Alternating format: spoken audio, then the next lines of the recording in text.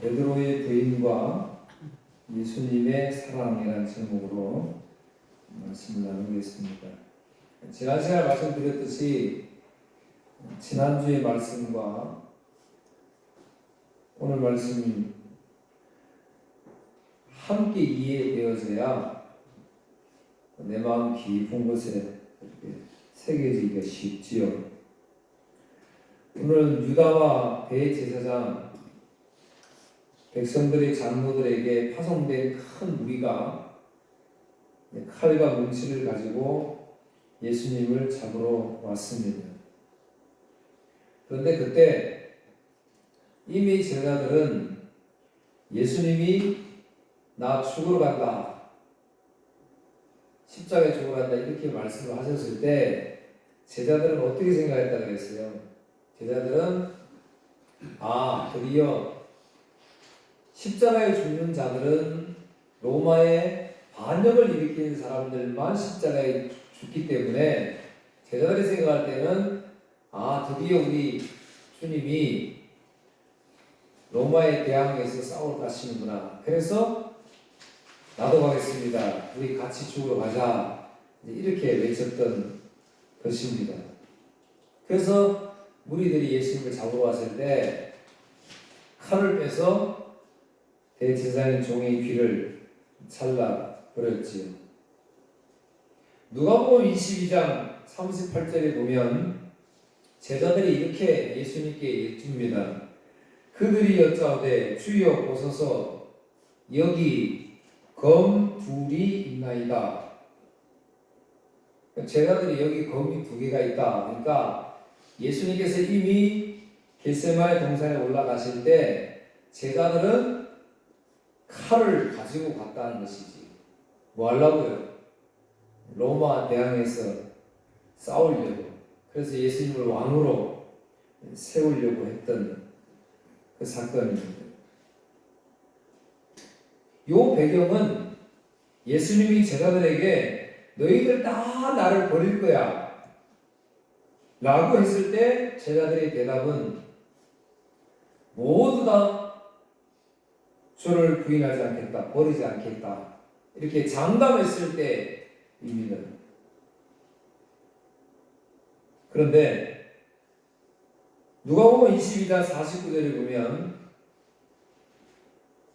제자들이 이제 한술 더 떠서 예수님 앞에 이렇게 이야기합니다. 그의 주위 사람들이 그 된 일을 보고 여짜오되 주여 우리가 칼로 치리까 하고 이렇게 주님 명령만 하십시오. 그러면 로마 대항해서 싸우겠습니다. 그렇게 지금 이야기를 하고 있다는 겁니다.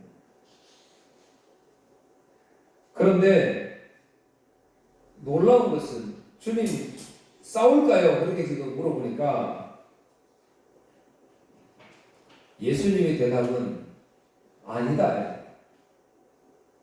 그냥 내가 잡혀 죽어야 한다. 그렇게 말씀을 하셨던 겁니다. 그런데 요한복음에서는 이 대화가 막 이루어지고 있는 막 그 시점에 성질 급한 베드로는 칼을 확 빼가지고 종의 길을 베었다. 그렇게 기록을 하고 있습니다. 그 종의 이름까지 말보다 이렇게 기록을 하고 있지. 이렇게 무장하고 이제 예수님께서 말씀하셨던 대로 십자가에 나는 죽겠다. 이게 진짜 제자들은 죽겠다라고 생각한 거 아니지요. 그런 각오로 로마하고 전면전을 펼치겠다. 그런 제자들에게 예수님께서는 나는 12군단의 천사들을 보내가지고 로마와 싸워서 이길 수도 있다. 그런데 그렇게 하면 말씀이 이루어지지 않지 않느냐. 그렇게 말씀을 하셨어요. 그러니까 당시에 한 군단이라는 것은 6,000명이에요. 6,000명. 12군단이에요. 엄청난 천사들을 불러서 나 당연히 저 로마를 쳐 부술 수 있다. 그런데 그렇게 하면 말씀이 이루어지지 않는다. 우리가 신앙생활 하면서 늘 고민되고 늘 체험하는 거지요. 하나님 왜 그랬을까? 왜 나는 이럴까? 왜 우리 집은 이럴까? 하나님이 답을 가지고 계신데, 제자들이 볼 때 예수님의 모습을 보니까 십자가에 죽을 정도로 각오를 하고 로마와 싸우자. 그래서 우리가 칼을 들고 따라갔는데 예수님은 스스로 잡혀서 칼을 가지고 싸우면 안 된다. 그럼 칼로 망한다라고 말씀을 하시니까 제자들이 얼마나 황당했겠어요. 교회도 마찬가지예요. 교회 은혜 받으러 복 받으러 이렇게 왔는데 목사가 당신은 죄인입니다. 죽을 죄를 졌습니다. 기분 나쁘지요. 그러니까 다 도망갔다 이 말이에요. 이사야 50장 6절 나를 때리는 자들에게 내 등을 맡기며 나의 수염을 뽑는 자들에게 나의 뺨을 맡기며 모욕과 침뱉음을 당하여도 내 얼굴을 가리지 아니하였느니라. 예언이잖아요. 예수님이 그렇게 되어야 한다고 이사야 선지자의 예언의 말씀입니다. 우리가 잘 알고 있는 이사야 53장 고난장에도 예수님은 고난 받으셔야 된다고 분명히 말씀하고 있습니다. 누가복음 24장 25절 27절에도 이르시되 미련하고 선지자들의 말한 모든 것을 마음에 더디 믿는 자들이여 그리스도가 이런 고난을 받고 자기의 영광에 들어가게 할 것이 아니냐. 고난을 분명히 받으셔야 한다. 44절 46절 또 이르시되 내가 너희와 함께 있을 때에 너희가 말한 바 곧 모세의 율법과 선지자의 글과 시편의 나를 가리켜 기록된 모든 것이 이루어져야 하리라 한 말이 이것이라 하시고 이에 그들의 마음을 열어 성경을 깨닫게 하시고. 오늘 이 시간도 여러분 성령님께서 여러분 마음을 여셔서 깨닫게 해 주시기를 축복합니다. 성령이 깨닫게 하셔야 돼요. 요한복음 19장 28절에도 그 후에 예수께서 모든 일이 이미 이루어진 줄 아시고 성경을 응하게 하려 하사 이르시되 내가 목마르다 하십니까. 여기서도 예수님이 고난을 받으셔야 할 것, 그래야 성경이 그 응하는 것이다 라고 말씀을 하고 있습니다. 사도행전 13장 29절에도 성경에 글을 가리켜 기록한 말씀을 다 응하게 하는 것이라.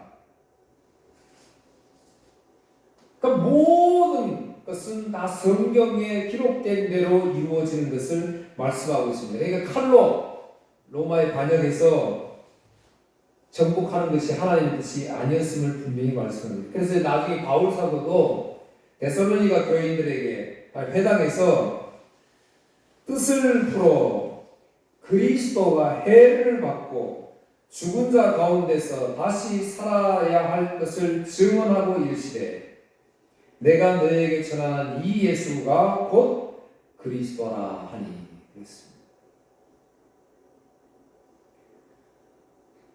26장 23절에 곧 그리스도가 고난을 받으실 것과 죽은 자 가운데서 먼저 다시 살아나사 이스라엘과 이방인들에게 빛을 전하시리라 함이니이다 하니라. 성경 많은 부분에서 예수님께서 고난을 받으셔야 될 것을 말씀하고 있습니다. 그런데 제자들은 고난받기 싫지요. 십자가 지기 싫지요. 그러니까 제자들이 칼을 든 이유가 뭐야? 여러분, 주를 위해서가 아니다 그 말이에요. 우리가 교회의 목적이 진짜 주를 위한 것이냐 아니면 나를 위한 것이냐 가슴 깊이 생각해봐요. 제가 늘 강조하잖아요. 저도 지금까지 그 때를 못 벗어요. 안 돼요. 날마다 기도하면 나 잘 되게, 교회 잘 되게 해달라고, 우리 성도들 잘 되게 해달라고. 그러니까 칼을 든 이유는 예수님이 왕이 되시면 내가 한 살 하겠다 그 말이야. 내가 이만큼 공헌을 했으니까 나에게 한 살이 주십시오. 그런 뜻이잖아요. 복음이라는 것은 십자가 밑으로 죽으러 가는 거예요. 그러니 많은 성도들이 여러분들에게 제가 교회 오는데 교회는 죽으러 오는 겁니다.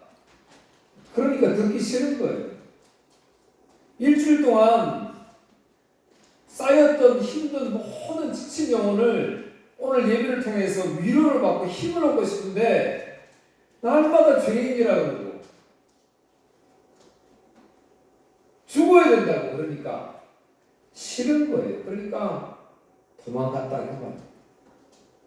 제자들이 보니까 얻을 것이 하나도 없거든요. 3년 동안 따라다니다 보니까 주님이 놀라운 기적들을 많이 일으키는 거 보니까 아, 주님 대단하시다. 메시아구나. 로마를 정복하고 왕이 되시고 내가 한 자리 할 수 있겠구나. 교회도 마찬가지다 이 말이에요. 세상의 욕망 그거 가지고 나와서 기도하고 그거 채워지면 감사하고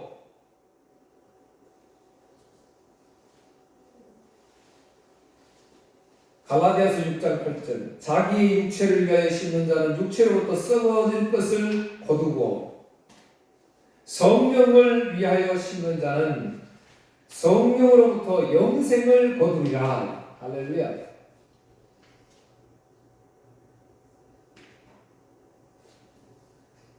예수님이 잡혀가지고 심하게 고난을 받으시지요. 뺨도 맞고 침도 뱉음을 맞고 베드로 다른 제자들은 다 도망가고 베드로는 멀찍이 따라갑니다. 끝까지. 오늘 본문에 보면 베드로가 왜 따라갔는지 이유를 설명합니다. 결말을 보려고.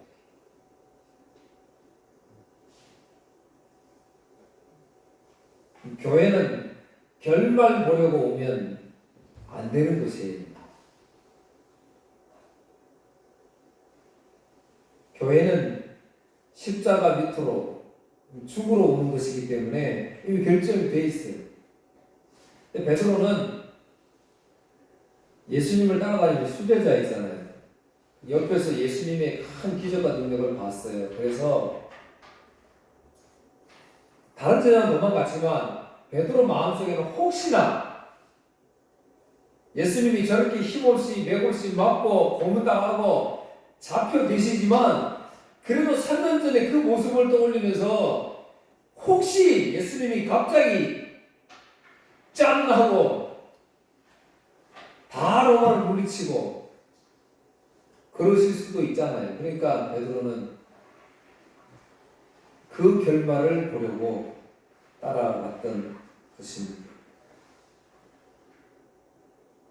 그런데 딱 그때 결말 보려고 딱 왔는데 근데 그때 예수님을 딱 씹어보니까 이제 베드로 생각하는 대로 예수님이 짠 하고 엄청난 파워를 보여야 되잖아요. 그런데 보니까 막 뺨을 맞아도 침뱉음을 받아도 아무 힘이 없거든요. 베드로 눈 속에. 그러니까 베드로는 아니구나. 메시아가 아니구나. 그래서 도망가게 되는 거예요. 딱 그때 여인이 베드로에게 묻잖아요. 네 예수님과 같은 사람 아니냐? 맹세하고 부인하고 저주하고 도망가게 됩니다. 심지어는 베드로의 언어를 보니까 이 갈릴리 사람이 맞다. 그렇게 꼼짝 못하는 거예요, 베드로가. 저주하면서 맹세하고 그 자리를 떠나게 됩니다. 예수님을 저주하고 맹세하고 도망갔다는 게 아니에요. 나 그 예수님 이제 나 안 믿었어요. 저주했는데 그게 아니고 당시 유대인들의 가장 큰 맹세가 저주하면서, 그러니까 쉽게 말하면 하나님 이거 이렇게 이게 안 되면 나에게 벌레를 주십시오 이런 거예요. 그러니까 유대인들에 있어서 가장 큰 맹세죠. 난 예수님 모른다. 가장 큰 맹세로 예수님 모른다. 나를 저주하면서. 그러니까 내가 예수님을 아는 사람이라면 나는 벌 받을 것이다. 지금 이 말이잖아요. 그러니까 완전히 주님을 부인을 하고 있습니다. 그때 닭이 딱 울지요. 닭이 딱 울고 예수님하고 눈이 마주치게 됩니다. 그리고 베드로는 예수님께서 하신 말씀이 생각나서 밖으로 나가서 통곡하면서 울었다. 마태복음에서는 이 사건이 이렇게 끝나게 됩니다. 부인하고 닭이 울 때 그 일이 생각나서 예수님이 고문 받으시고 침뱉은 뺨을 받으신 그 얼굴로 베드로를 쳐다봅니다. 베드로하고 눈이 딱 마주쳤어요. 눈이 마주치고 베드로는 견딜 수 없어서 뛰쳐나가서 통곡을 했다. 자, 제가 늘 강조하지요. 성경의 베드로는 오늘 그러면 누구를 향한 말씀이냐? 베드로는 3년 동안 수제자로 예수님을 그렇게 따라다녔던 그 수제자가 그게 죽음이 십자가가 무서워서 그 부인하고 도망가냐? 그거 이야기하려고 하는 것이 아니라 오늘 저와 여러분들이 베드로다 지금 그렇게 말씀하려고 하는 거예요. 우리는 날마다 요셉 같은 사람이 되자, 다니엘 같은 사람이 되자 라고 강조하잖아요. 그게 아니에요. 베드로가 바로 당신이다. 그렇게 이야기를 합니다. 왜 그러냐면 오늘 저와 여러분도 그 상황 속에 있으면 우리는 지금 날마다 주님 사랑해요. 주님 헌신하겠습니다. 부르심에 감사합니다. 그렇게 우리는 날마다 이야기하지만 그런 상황이 되면 저와 여러분은 똑같이 베드로처럼 부인하고 도망간다 그 말이지. 그거 알려주시려고 하는 거예요. 요한일서 4장 10절 사랑은 여기 있으니 우리가 하나님을 사랑하는 것이 아니요 하나님이 우리를 사랑하사 우리 죄를 속하기 위하여 화목 제물로 그 아들을 보내셨습니다. 우리가 사랑하는 것이 아니다고 분명히 말씀하세요. 그런데도 오늘 아침에 우리 기도하실 때 그렇게 했잖아요. 하나님 사랑합니다. 근데 아니, 우리가 사랑하는 것이 아니라 하나님이 우리를 사랑하셨다. 그렇게 말씀을 하고 있습니다. 마태복음에서 이렇게 끝납니다. 베드로는 죽음이 두려워서 도망갔습니다. 아니, 정확하게 말하면 세상에서의 꿈이 이루어지지 않을 것 같으니까 도망갔다는 것입니다. 오늘 교회 나올 때도 여러분 십자가의 복음에 대한 진리를 제대로 인식하지 못하면 그럼 다 도망가게 됩니다. 왜요? 내가 꿈꾸고 있는 소망, 비전들이 여기서 이루어질 수 없구나 이런 생각이 들거든요. 교회에서 세상 욕심은 안 이루어집니다.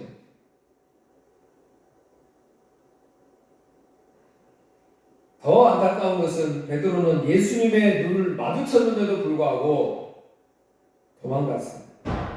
여러분 한번 잘 생각해 보세요. 그 예수님의 그 모습으로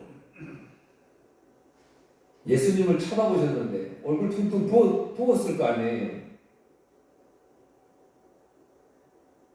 베드로를 쳐다보고 눈이 맞췄는데 어떤 모습이었을까요?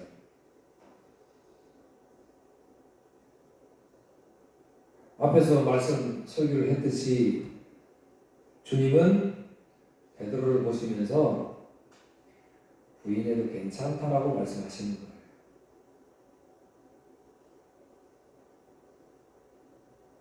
내가 너 더 사랑한다. 너 나 사랑한다고 했다가 부인했다고 해서 움츠리지 마라.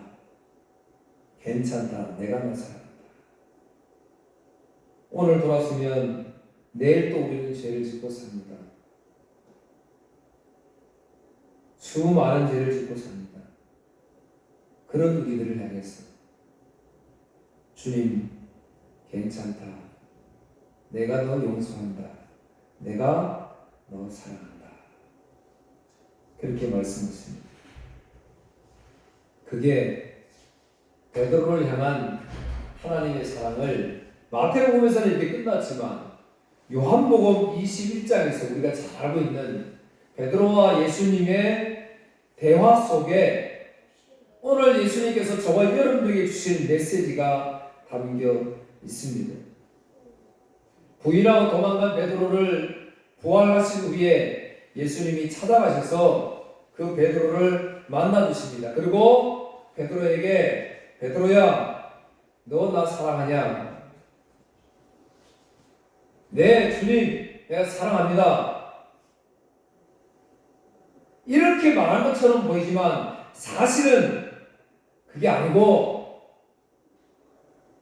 시몬아 너 나를 사랑하니 아가페의 사랑을 말해요. 하나님의 사랑. 너 아가페 사랑하니 그러니까 베드로가 주님 저는 하나님이 주님이 가지고 계신 그 아가페 사랑 저에게는 없습니다. 그러나 저는 주를 사랑합니다. 아가페 사랑이 아니라 필레오. 오늘 저와 여러분이 지금 사랑하고 있는 그 사랑 나는 하고 있습니다. 그렇게 고백을 하는 거예요. 주님이 다시 묻습니다. 베드로야 너 나 사랑하느냐? 주님 그러합니다. 이 긍정이 아니고 부정이에요. 주님 아닙니다. 나 그 사랑 못합니다. 주님이 내가 필요하고 사랑하는 거 아시지 않습니까? 그러니까 이제 주님이 베드로에게 베드로야 너 나 사랑하느냐? 이제 아가페 사랑으로 묻지 않고 필레오 사랑으로 묻습니다. 네가 사랑하는 그 사랑으로 베드로야 너 그러면 네가 사랑한다는 그 필레오로 나를 진짜 사랑하느냐? 그러니까 베드로가 뭐 했다 그랬어요? 근심하네. 근심해. 왜요? 자신 있게 말해야 되잖아요. 맞습니다 주님. 내가 주님 사랑합니다. 그거 이렇게 말해야 되잖아요. 그런데 네 필요로 나 사랑하냐 하니까 근심하면서 대답을 못하는 거예요. 왜 대답을 못해요? 그 사랑조차도 내가 못한다는 걸 주님이 아시니까요. 그러니까 주님이 아십니다. 그렇게 고백을 했던 거예요. 그러니까 주님이 너 그 사랑이 왜 그거밖에 안 돼? 이렇게 물으시지 아니하시고 그렇게 고백하는 베드로에게 내 양을 먹여라. 이제 복음을 전해라. 그렇게 말씀하시잖아요. 그러면 베드로에게 있어서 예수님께서 전하라고 하신 그 복음이 뭐냐는 거예요.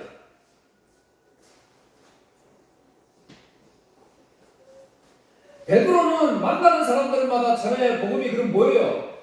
여러분 보세요. 나는 3번이나 주님을 부인한 사람입니다. 순례자였음에도 불구하고 맹세하고 부인하고 저주했던 사람입니다. 주님을 사랑한다고 날마다 외쳤는데 진짜 내가 주님을 사랑했는지도 지금 잘 모르겠습니다. 그런데 여러분, 그런 나를 주님이 사랑해 주셨습니다. 이게 베드로가 전한 복음이었어요. 사랑하는 성도 여러분, 복음 전하시기를 축복합니다. 교회 오면 나의 육신이 잘 되어지고 건강해지고 근신과 인력을 살아도 물론 하나님 주신 은혜와 평강이 있지요. 그럼에도 불구하고 철저하게 내 세상 욕심 채우러 오는 것이 교회가 아님을 분명히 기억하시길 바랍니다. 바울 사도는 고린도서 4장 16절에 내가 너희에게 권하노니 너희는 나를 본받는 자가 되라 그랬습니다. 뭐 본받아야 된다는 거예요? 바울이 예수님을 믿는 사람들을 핍박하고 그 일에 동참했던 그런 죄인이었음에도 불구하고 하나님이 그를 부르셔서 그 과거 괜찮다. 이제 내 복음 전하는 사람 되어라. 그거 본받으라 그 말이에요. 예수 믿었더니 가족이 잘 되더라, 형통하더라. 그러니까 날 본받아서 교회 나와라. 그게 아니고 나 같은 죄인임에도 불구하고 주님 나를 쳐다보시고 괜찮다 하시고 나에게 부어주신 그 은혜의 삶을 살라고 오늘 주님 말씀하시는 거예요. 남들은 이해 못하지요. 이 십자가 밑에 있는 복음 이해 못합니다. 남들은 채워져야 되고 내가 만져야 되고 내가 가져야 하는 축복이거든요. 그런데 우리 복음은 그렇지 않습니다. 날마다 십자가에 죽는 그런 믿음의 사람들 다 되시기를 주의 이름으로 축복합니다. 기도하겠습니다. 하나님 아버지 감사합니다. 베드로보다 사도 바울보다 더 많은 죄를 지었던 저희들을 향하여 괜찮다 위로하시고 우리를 부르셔서 우리에게 예수 십자가의 복음 전하라고 하신 그 말씀 감사합니다. 이제 나아가서 이 복음 전하는 복된 성도들 되게 하여 주옵소서. 예수님 이름으로 기도하옵나이다. 아멘.